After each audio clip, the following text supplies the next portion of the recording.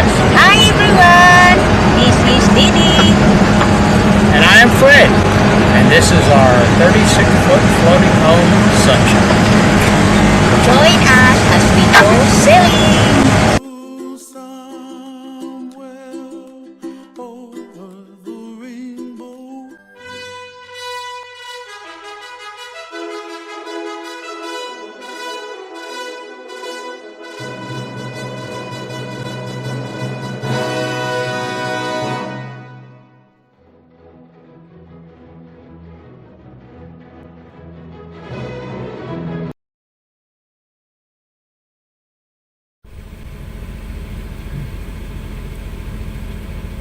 Good morning, everybody. It's Friday morning, the 26th of May,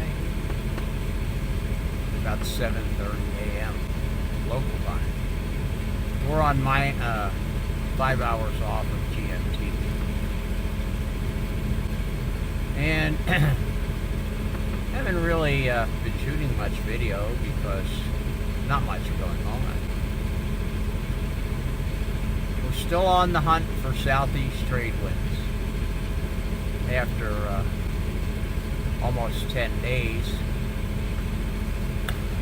from Cochin, we're finally at just below 1 degree north latitude. And the wind is still, the most I've gotten is south. We had a brief period of south-southeast winds starting to squall, but no east winds. Nothing from the east at all. Conditions are fairly calm. The breeze, as normal, is quite light. The predominant swell in this area is from about the south-southeast to southeast. Last night, we went through a huge wall line. It extended for maybe 240 or 250 degrees around the horizon, from way off in the east all the way down through the south to north of west. We kind of went through the middle of it. Didn't amount to too much except wind on the nose, of course, and one brief intense period of rain lasted for 2 minutes. We were hoping it would last a little longer so we could run around in the rain and take a freshwater shower, but besides the fact the water was very cold, it didn't last very long. It'd be one of those deals where you get all wet and get all soaked up and then the rain would stop.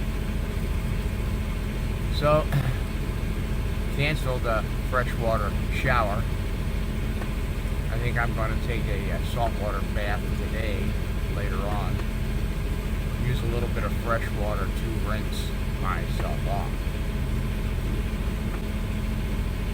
Anyway, I think, approaching day 10, and have probably run the motor at least 8 full days in an effort to keep the boat moving south or southwest on the course line. Same thing, I don't want to go too far west because I don't want to stay in this southwesterly wind pattern. I'm trying to break out of it and get down into the southeast trade winds. Unfortunately, at the speed we're going and the course, I'm doing about 210 now. Probably going to cross the equator sometime in the early hours of tomorrow. So I don't know how much of a big celebration we would have at 3 or 4 o'clock in the morning. But it's still about 50 miles away. And we're only making 3 to 3.5 knots. I've only got the staysail up, and of course the motor is running. The wind is too far forward, what little there is, to hoist any kind of a head sail. It would just flap in the breeze. So all things considered, it's been rather frustrating trying to get down south, but at least we are making some progress. I don't know how much longer the fuel. I'm using the port tank, which we started out with about 100 liters. I added the extra 35 some number of days ago, and then a couple of days ago we added another 60 liters. So essentially that's more than half when this tank runs out, more than half of our total fuel supply. Just trying to get south. The motor's been absolutely wonderful, just keeps chugging along.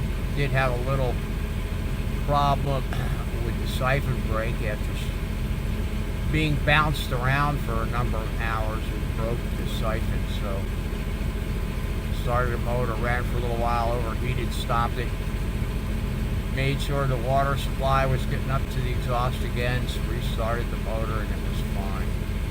I sure hate overheating the motor like that, but if I gotta run the motor, I gotta run the motor. Doesn't seem to have had any deleterious effects so far, because we usually catch it like within seconds of the overheat alarm going on. Still, I'm sure it's not the best thing in the world for the motor. Anyway, we're just chugging along. The weather has been, by and large, absolutely gorgeous. Warm, sunny, varying amounts of cloud cover, and occasional light sprinkling of rain with these, I wouldn't exactly call them squalls, although the clouds sort of look like they should be squalls, but they never amounted to too much as far as wind goes.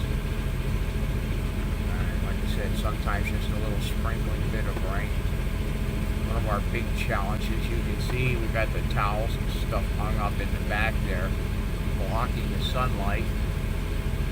Otherwise we'd be roasting, even with the sunscreens, we'd be roasting here in the cockpit, sitting on top of the motor with the sun, early morning sun coming in through the sunscreens, although they do help tremendously. Dee Dee's doing fine. She's sitting over there trying to keep from going completely insane after 4.5 weeks with no social media.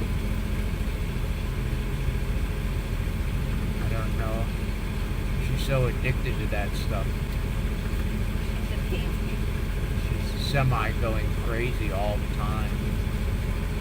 I dug out some movies from the old movie archives, and we watched a couple of those, and up here in the cockpit in the evening we passed a couple hours. And I watched another one last night myself, which was called The Man from Earth. Quite an interesting bit of philosophy and psychology mixed in that story. It was originally a theater production. Someone made a movie of it. Well worth a watch. It certainly will tweak your brain about it if you're into those kinds of stories. Anyway, we're less than 900 miles, about 830 miles from the Seychelles, about 50 miles from the equator, and I'm still on the hunt for some kind of easterly I'm your wind. one interpreter then. Do what? She's doing some disco to music that she has on her video, or on her tablet. She did a big maintenance between her phone and her tablet yesterday, because she was saying she needed a new phone because it was so slow, and I said what you need to do is clean it up, get rid of apps that you're not using, free up the working memory as much as possible, and you'll be surprised how much it would change. I don't know how much of it she did. I know she did transfer a lot of files over to her cabin. The storage is not the problem. The problem with the Android system, just like any other operating system, is the amount of memory, working memory, that the unit has, and how much of that is taken up by the operating system. And in the case of the Android system, I'm pretty sure that every app you have installed has a hook into the operating system, which uses a little bit of memory, working memory. That's so when you touch on an icon, that app will start. And over time, all that stuff builds up in your working memory, and it doesn't leave as much room for the unit to operate. And if it has to go into storage memory to borrow some memory to operate, it really slows the whole thing down. Kind of like the way Windows used to work back in Windows 3.1.1 and Windows 95 days, did the same thing. Anyway, we're both doing fine, all things considered. Going a little stir crazy. We haven't touched land since we left Sri Lanka on the 19th of April. And now it's what, the 25th, I think I said, of May. Morning exercise. What, honey? Morning. Anyway, we're... My exercise. This will be the by far the longest Didi has ever been afloat without touching land. The longest I ever went before was about 35 days on the delivery passage, way back in the 1980s. Normally, my passages are only about 3 weeks long, the longest. So this is a pretty long spell for me also. And even under ideal conditions, if the wind for some strange reason decided to shift to a nice southeasterly 15-knot trade wind, and we went roaring off at 120 miles a day, it's still another week to the Seychelles. So that's going to be, I don't know, a month and a half or something like that without touching land. Fortunately, since we were able to get some provisions, we're not starving, although our variety of foodstuffs is diminishing. Our water supply, I'm hoping, is still sufficient to get us there. And I don't know about fuel, how much longer I'm going to have to run the motor versus how much fuel I have left. And at $2+ per US dollars per liter, it's turning out to be quite expensive from fuel consumption standpoint. Not the amount of fuel so much as the price that I have to pay to buy the fuel. Anyway, we, for some strange reason, have been continually dogged by these fishing boats and the nets that they put out from Sri Lanka, of all places. I mean, we've got to be close to I would say close to 1,000 miles away from Sri Lanka. Why the heck are these fishing boats out here? I don't get it. We've only seen,